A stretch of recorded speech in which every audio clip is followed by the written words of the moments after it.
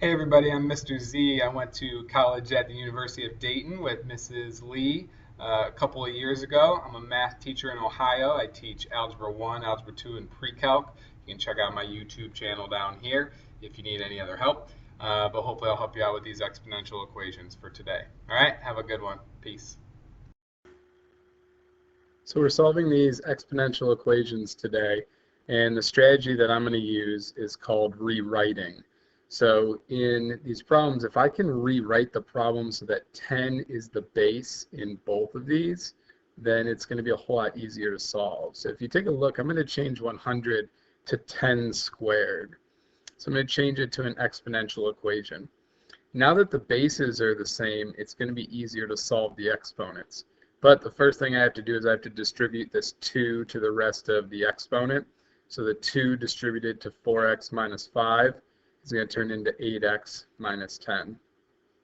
Now that the bases are the same, I can simply ignore them and just solve to get the exponents the same. So I'm just going to focus on the x minus 3 right here and the 8x minus 10 over here. Now it's just going to turn into a linear equation where I'm going to go ahead and subtract an x from both sides. And then I'm going to go ahead and add 10 to both sides. And then I'm going to go ahead and divide by 7. And there's my answer. So again, all the way back at the beginning, I'm looking, is there a way that I can rewrite this bigger number to this other base, right? Can I rewrite 100 as a 10? And if I can do that, it makes it a whole lot easier. Here's the second problem. This one's a little bit trickier. Sometimes kids forget about how can you turn 27 into a base of 3 when it's on the bottom of a fraction. It's the denominator. You know, over in my calculator here, I can do 3 to the first, and we obviously will have 3, and 3 to the second, and that gives me 9, and 3 to the third is going to give me 27, which is pretty close to what I want. Just remember that if you go 3 to the power of a negative exponent, it's going to give you a decimal, which if I change into a fraction, is going to give me that 1/27th. So I can rewrite 1/27th as 3 to the negative third, and that's exactly what I'm going to do on the left side. Now that the bases are the same, I'm simply going to solve for the exponents. The negative 3 is equal to the 2x plus 7. It's a linear equation. I'm going to go ahead and subtract 7 from both sides, and I'll divide by 2, and I have solved my equation. In number 3, sometimes kids will think, oh, 25 goes into 125. You know, how many times does it go in? 125 divided by 25. Oh, it goes in 5 times. That's great. But what we're looking for is an exponential equation. And 25 to the 5th is not the same as 125. Do we even know that, you know, it's 25 squared? Does that work? No, that's still too big, right? So what we're going to do in this problem is we're going to change both of the bases to a number that's smaller that we know goes into both of these. So I'm going to go ahead and use 5 as my base because I know that 5 squared is 25. And I also know that 5 to the third is 125. So I have this common base that I can use that goes into both of these. So I'm going to go ahead and use 5 squared on the left and 5 to the third on the right. You can see that I did that. Now I'm simply going to distribute the exponents. That's called the power to a power property. So the 5 stays the same, but the exponents distribute. The 5 stays the same, the exponents distribute. Now that the bases are the same, this is the goal for the whole problem. Now I can just solve the exponents.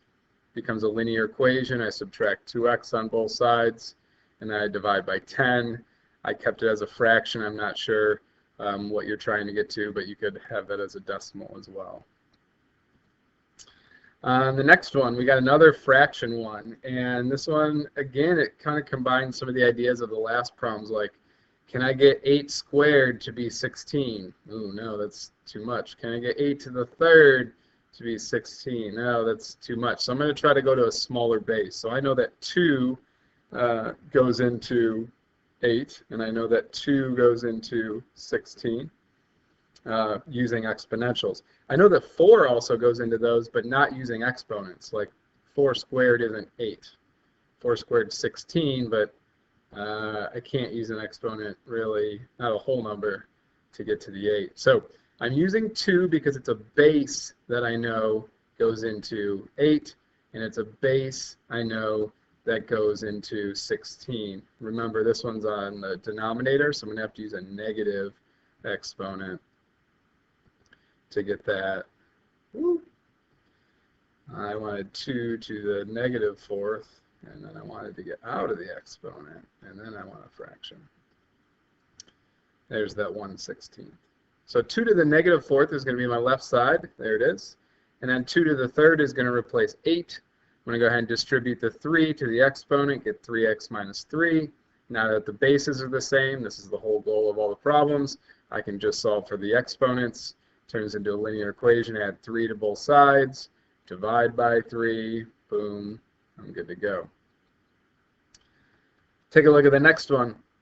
Again, I know that 8 goes into 16, but not really as a whole number base, like 8 to the first or 8 to the second isn't 16. So I'm going to go ahead and think of a smaller base I know that goes into both of these. I know that 4 goes into both of those, but not as an exponential equation. Right? So 2 is the number that I know goes into both of these. So 2 to the third is the same thing as 8. Again, I'm just rewriting the problem. I haven't changed it. 8 is still 2 to the third. 2 to the fourth is still 16. I haven't changed the problem. Now I'm going to go ahead and distribute or simplify the exponents. That gives me 15x's on the left. I can go ahead and distribute on the right. Since the bases are the same, now I can solve for the exponents. I can subtract 12x from both sides. Then I can go ahead and divide by 3 on both sides. I kept my problem as a fraction. And we got one more. This one's a little bit simpler because I know that 3 goes into 27, so I do not have to change the 3. But on the right side, 3 to the third is 27, so I simply rewrote it.